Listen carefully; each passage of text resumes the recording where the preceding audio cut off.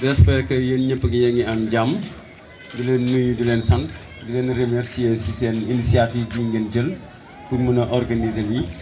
di nuyu monsieur le directeur CEDEPS di nuyu tous les jeunes de Ndaw yu Louga et tous les autres jeunes aussi des autres départements des autres communes de la région de Louga. Donc on nous a pris un peu à dépourvu ñu wax ñu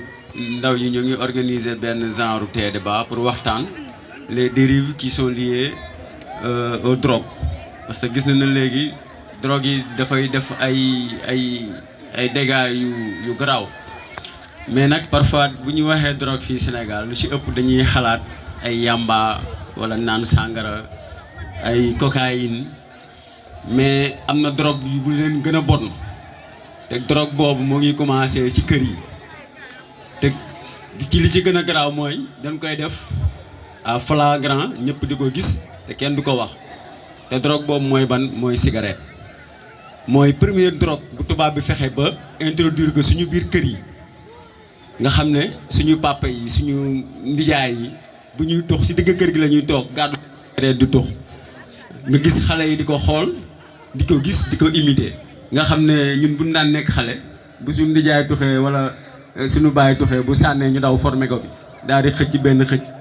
C'est comme ça qu'on commence à accumuler les drogues dans notre esprit et dans notre corps fa lay tux ko léegi nag comme li ko gars yi di waxee ku tux cigarette jaaxul après si tux yamba nga jëm parce que au fur et à mesure ça devient un vice et on continue à vouloir essayer de voir l'autre qu'est-ce qui se cache derrière parce que boo noppee si tux cigarette da nga ne ah léegi cigarette moom garaaw min naa ko léegi naa xool beneen bu gën a diis donc foofu lay commencer et pour parler des drogues et de leurs conséquences néfastes pas parler de l'utilisation de nos drogues sans parler de l'éducation dans nos familles dans nos foyers donc lépp ci yar la ci kër gi am na lu ñuy yaree xale yi am na lu ñuy yaree kër gi am na lu bari loo xam ne xale bi du ko xam du ko màggaale waaye suñ ko bàyyee ci kër gi mu nekk ci kër gi à la portée de tout le monde bu yàggee xale bi day yaakaar ne c'est tout à fait normal parce que léegi tux cigarette moom tout le monde croit que c'est tout à fait normal alors que c'est la première des drogues cigarette moo njëkk a nekk drogue bu nekk ci kër gi te loolu moom c'est devenu banal maanaam dañ ko banaliser ba yaakaar ne sax xale bu góor bu ci soog a commencé nekk xale bu góor commencé am 12 ans 13 ans 14 ans fu muy njëkk a exprimer c'est à partir de la cigarette donc si la ñuy commencé tux suñu commencé tux cigarette ñu commencé am un état d'esprit si la ñuy commencé exprimer wu et ça commence à devenir de plus en plus benn effet néfaste bu commencer à gagner le corps et l'esprit et maintenant à une autre deuxième drogue aussi qui est là dont en ce moment même moi j'utilise aussi qui sont les smartphones les téléphones smartphones deuxième drogue banalisée dans nos foyers maintenant on n'a plus besoin de escalader les murs maanaam jaratu ñuy tëb murs yi di tëb dajji fenêtre comme bu njëkk bu la amoon léegi da ngay dugg ci kër salaamaaleykum kenn du la faale nga dugg dem wékki télé bi ubbi armoire bi jël xaalisu maire bi génn romb dem si et on a vu beaucoup de cas il y a beaucoup de cas on a vu ça à Dakar dans certaines villes même ici da ngay dugg ci kër salaamaaleykum kenn du la faale tout le monde est scotché Snapchat je ne sais pas TikTok truc comme ça ku nekk sëgg ci kër gi papa yaay doom même nos enfants sax maintenant suñu yaay bu ñuy nax seen doom yi sax léegi loolu la nga koy naxee téléphone si jooyee ñu nag kii daal daa bëri jooy quoi jël téléphone bi jox ko dem toog fee léegi au fur et à mesure l'enfant va grandir et va développer de ces sortes de insociabilisation maanaam xale bi day petu dootu kenn si ruqam lay nekk yor téléphone am suba ba ngoon l'enfant est scotché sur son téléphone personne ne lui dit rien si tu prends le téléphone l'enfant va crier on lui remet le téléphone xa toog jàpp ñàmburam su jooyee yaay ji xamul lu muy def mu jël téléphone jox ko et je pense que tout le monde ici est au courant du phénomène coach vous avez entendu coach non qu'est-ce qui s'est passé avec coach c'est quoi le problème de coach coach c'est un enfant gâté son papa est multimilliardaire il a tout ce dont il a besoin. Il est coincé dans sa chambre, il ne sort pas des 4 murs, mais tout ce qu'il a besoin, il l'a. D'où lui provenaient ces vidéos? D'où? C'est quelqu'un qui lui a donné. C'est quelqu'un-là, c'est qui? c'est pas Adamo. Faut pas dire Adamo, faut pas stigmatiser, c'est pas seulement Adamo. J'ai dit c'est quelqu'un là, c'est qui? C'est toi, c'est moi, c'est nous autres. C'est la société sénégalaise qui est comme ça. Je te connais, je te drague, on est des jeunes, on sort ensemble, on fait nos bêtises. Et à un moment donné, l'idée me vient de te filmer. Et quelques temps après, je te vois avec une autre personne, je te fais des chantages. Tu refuses, je balance la vidéo. C'est ce qui se passe maintenant. Hein? Voici la deuxième drogue, les smartphones. On se filme. Quelqu'un qui se met nu dans sa chambre.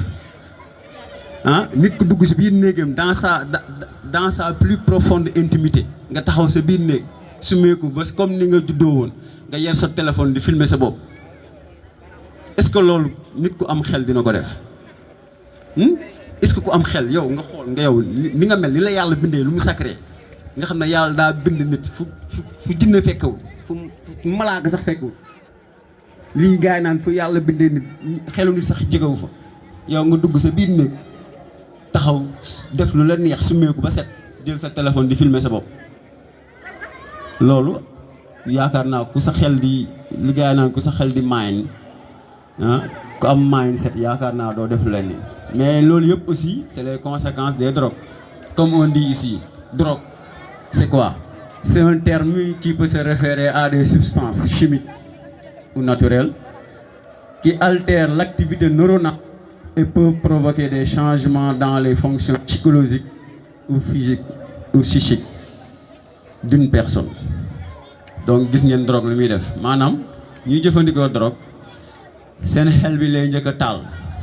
drogue boo koy jëfandikoo sa xel lay njëkk a taal booyal ko da ngay dem ba léegi li yàlla waxoon ne dafa créer nit pour muy xalaat mu différencier ko ak bàyyi ma yi waaye booy utiliser drogue ak bàyyi ma yi yéen a yem parce que ñun loolu moo ñu nar a utiliser différencier ak bàyyi ma yi mooy lan da ngay xalaat ne sama loxo bii lii taal la su ma si tegee damay laq kon am na lu ma mën a retenir mooy sama xel may xalaat léegi nag booy dem bay utiliser drogue dootoo amati xalaat c'est-à-dire que tout ce qui te passe dans ta tête tu crois que tu peux réaliser ça mooy gis nga jëfandikoo ay drogue yu bari dañuy dem ba seen yu waajur sax ñoom dañ ko def ne c'est très normal wala fekk sa rax nga def ko wala sa doom bi nga jur sax sa xel dem si nga sëy ak moom loolu yëpp lan moo ko indi mooy jëfandikoo ay drogue bi ñuy indi dem te moom lañ wax ne day altérer sa neurone yi lay yàq neurone mooy la plus petite cellule qui se trouve dans le cerveau qui nous permet de distinguer le bien et le mal, le froid et le chaud, qui nous permet de sentir, d'être des hommes, d'avoir du sentiment, du ressenti. Loolu la drogue di yàq sa bopp kon c'est-à-dire que loolu bu ko drogue yàqee yow tu n'es plus un être humain, tu es un être animal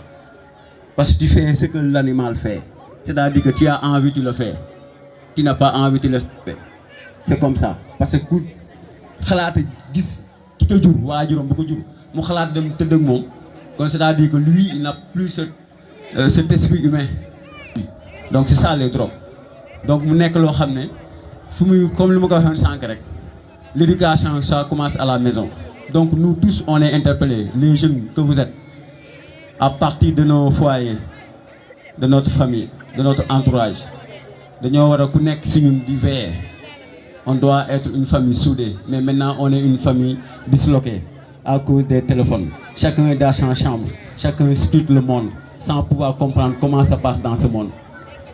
Ku nekk nga sa biir tëdd sa biir néeg da ngay dugg si kër salaamaaleykum ku nekk am nga télé sa néeg léegi comme ni nga koy waxee télé ci poche aussi koo gis am na télé ci poosam bu toogee si biir waañ wi di togg sama yaay mu ngi teg téléphone am di xool série bi lan lay wax xale bi ca kër ga moo ngi ca néegam am na si benn tablette bu ndaw bu nga ko jëndal. keneen ak keneen mu am ay problèmes yu bari yu muy créer ci biir famille déjà la famille est disloquée parce que ñun bu ñuy nekk xale y avait une seule télé qui ne s'allumait qu'à partir de 20h pour regarder le journal après 20h on coupe la télé tout le monde s'assoit dans la cour on fait le thé on fait des contes comme ça des contes éducatifs qui nous permettent de nous connaître et ça se faisait dans la cour de la maison. Mais maintenant, tu entres dans une maison, c'est comme si la maison elle est... Comme s'il n'y a personne qui habite dans la maison. Et pourtant, il y a plusieurs personnes dans la maison. Mais la deuxième drogue est là, les smartphones. On ne nous a pas éduqués à utiliser le smartphone. TikTok, qui est au Sénégal, c'est différent de TikTok qui est en Chine, là où on l'a créé. Parce que là-bas, TikTok, là, les Chinois, là, les petits Chinois de 5 ans, quand ils utilisent TikTok, là, c'est pour faire des créations. Création des jeux vidéo. Mais ici, on utilise TikTok pour nous chamailler entre nous, pour nous insulter entre nous, ou bien pour divulguer le secret de l'autre. Alors que ça, vraiment, c'est quelque chose de dangereux. Pour ne pas tirer en longueur. Donc, ce que je suggère, ce que je donne comme des recommandations,